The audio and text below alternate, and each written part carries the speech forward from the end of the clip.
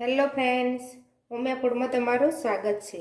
તો આજે આપણે બનાવીશું ડ્રાયફ્રૂટ્સ ખજૂર બોલ્સ, એટલે રોલ્સ બનાવ્યા છે। મેં બોલ્સ બનાવ્યા, તમે બોલ્સ પણ બનાવી શકો। મેં રોલ્સ બનાવ્યા છે અને થોડી ચોકલેટ લઈને આપણે ડેકોરેશન પણ કર્યા છે। એટલે જો નાના બાળકો ઘરમાં હશે ને તો એ લોકો માગીને ખાશે અને એકદમ સોફ્ટ એવા આપણા રોલ તૈયાર થાય છે। તમે જોઈ શકો છો, એકદમ સરસ સ્મૂથ રોલ તૈયાર થાય છે અને આપણે ખજૂરને શેકવાની પણ જરૂર નથી પડતી, એમનામ જ આપણે આ રોલ્સ તૈયાર કર્યા છે। એટલે ગેસનો ઉપયોગ ના કરીએ તો પણ સરસ આ રોલ તૈયાર થઈ જાય છે, પણ આ ચોકલેટ મેલ્ટ કરી છે એ માટે આપણે ખાલી ગેસનો ઉપયોગ કર્યો છે। તો આ રીતના રોલ્સ તમે બનાવીને રાખશો તો એક રોજ બાળકને આપશે ને તો બાળક મજાથી ખાઈ લેશે। તો ચાલો શરૂ કરીએ ખજૂર રોલ્સ બનાવવાનું। તો ખજૂર રોલ બનાવવા માટે આપણે ડ્રાયફ્રૂટ્સ લીધા છે। મેં અહીંયા પિસ્તા, બાદામ, અખરોટ અને ટોપરાનું છીણ લીધું છે।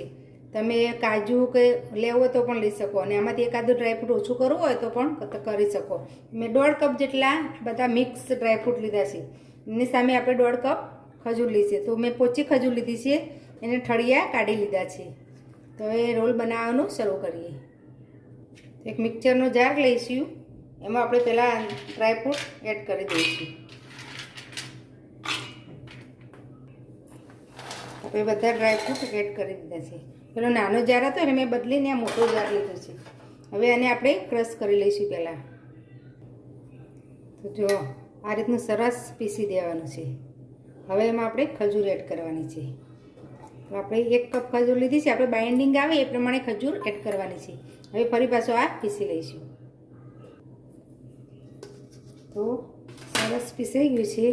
આ જો આ રીતનું બાઇન્ડિંગ આવે એવું આપણે તૈયાર કરવાનું છે। હવે એને આપણે એક પ્લેટમાં લઈ લઈશું। હવે આ રીતે સરસ મસળી લેવાનું છે। આપણે આટો બાંધીએ ને એવું આપણે ડો જેવું કરી દેવાનું, બધું સરસ મિક્સ કરીને।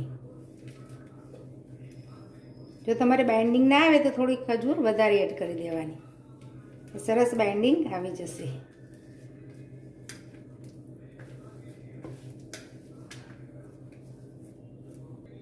સરસ ડો જેવું થઈ ગયું છે।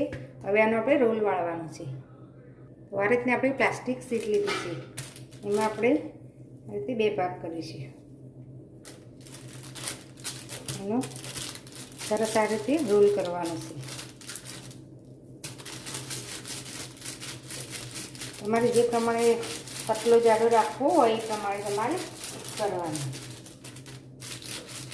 જો આ રીતનો રોલ સેટ કરી દેવાનો સરસ।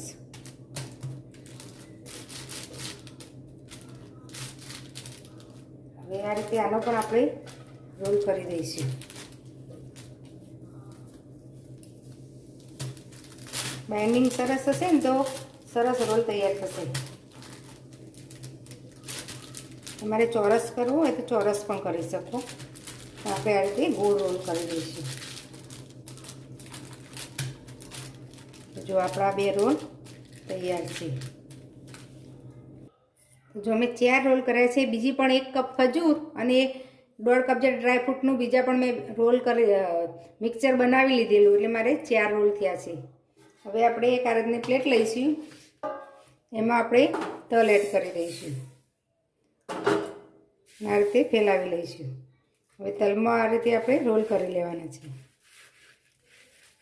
આ રીતે। પછી આમ પ્રેસ કરી દેવાનું થોડું, એટલે તલ ચીપકી જાય। આ રીતે આપણે રોલ બધા તૈયાર કરી લઈશું।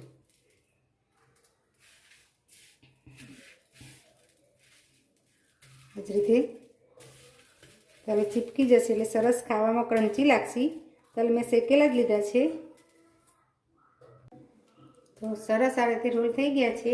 હવે આપણે આ રીતે એક વેલણ લઈને આપણે આ રીતે કાપો પાડીશું। આપણે થોડું ચોકલેટ જેવું કરીએ છીએ એટલે આપણે નાના બાળકો હોય ને એ પણ ખાઈ શકે, તો એમને પણ ખાવાની મજા પડે। તો આ રીતે આપણે થોડું પ્રેસ કરીને વચ્ચે આ રીતે ખાડા જેવું કરી દેવાનું, એટલે એમાં આપણે ચોકલેટ એડ કરીશું। તો આપણા રોલ હાલ તૈયાર છે। હવે મેં આ ડેરી મિલ્ક ચોકલેટ આવે છે એ જ લીધી છે, એને આપણે મેલ્ટ કરીશું। તો જો નીચે આ રીતે પાણી ગરમ મૂકી અને ચોકલેટ આમાં એડ કરેલી તો જો સરસ મેલ્ટ થઈ ગઈ છે. હવે આ જ રીતે મેં 2 ચોકલેટ લઉં છું એટલે વ્હાઇટ ચોકલેટમાં આ રીતે આપણે મેલ્ટ કરી દઈશું. તો એ જ રીતે જો આ બાઉલમાં આપણે આ વ્હાઇટ ચોકલેટ એડ કરીશું એને પણ આપણે મેલ્ટ કરી દઈશું. આ રીતે ટુકડા કરી દેવાના, થોડી વાર આ રીતે રહેવા દેવાની, થોડું મેલ્ટ થાય પછી આપણે ચલાવવાની. તો જો આ રીતે મેલ્ટ થવા લાગે છે. પાણી જો ઠંડુ થઈ જાય તો થોડું પાણી ગરમ કરી લેવાનું એટલે સરસ મેલ્ટ થઈ જશે. આ રીતે બધી સરસ મેલ્ટ થવા દઈશું. તો ચોકલેટ મેલ્ટ થઈ ગઈ છે. તો હવે આપણે આગળની પ્રોસેસ કરીશું. તો આ રીતે આપણો જે ખજૂર રોલ હતો એમાં આ રીતે આપણે ચોકલેટ એડ કરી દઈશું. થોડી આ રીતે ચોકલેટ લેશે તો બાળકોને ખાવાની મજા પડશે. ને આ રીતે જે આપણે જગ્યા કરેલી ને એમાં આ રીતે એડ કરી દઈશું.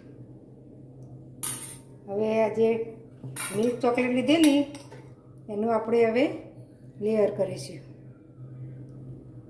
આ રીતે આપણે લેયર કરીશું. થોડું ડેકોરેશન હશે ને તો છોકરાઓને ખાશે મજા પડશે ને છોકરાઓ જોઈને જ ખાવા માગશે. તો આ રીતે આપણે થોડું ડેકોરેશન કરીશું. હવે આપણે એક આ રીતે ટૂથપીક લઈને આ રીતે કરી દઈશું.